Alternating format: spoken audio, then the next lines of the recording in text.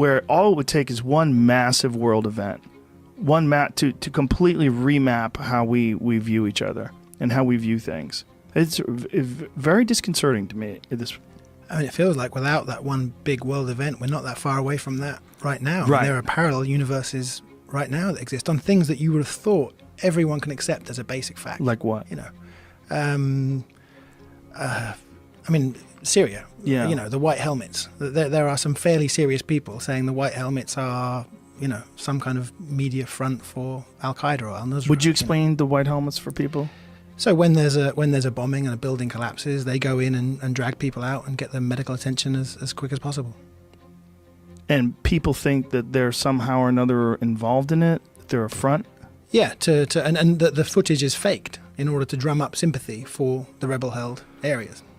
I mean, I've heard serious people say that. Serious people. Yeah, not loons on Facebook. I've heard like journalists or yeah. I mean Seymour Hersh I think has walked it back a little bit since, but he said that in the early days. Why do you think he believed it?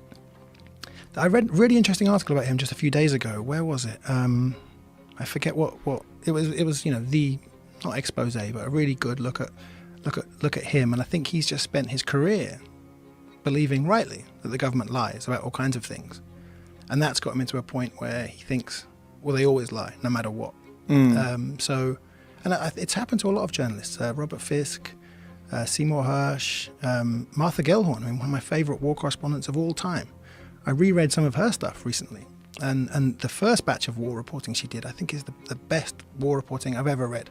Spanish Civil War, Vietnam, and then she spent 25 years writing novels, and then later on wrote about, I believe it was the Yom Kippur War, and was denying that massacres had happened and saying, Arabs lie, they always lie, there was no massacre. And we now know there was a massacre, or there were massacres in the aftermath of these wars. So I don't know what happens. I mean, maybe if you just do this for too long, you just become so cynical that you're open to these things.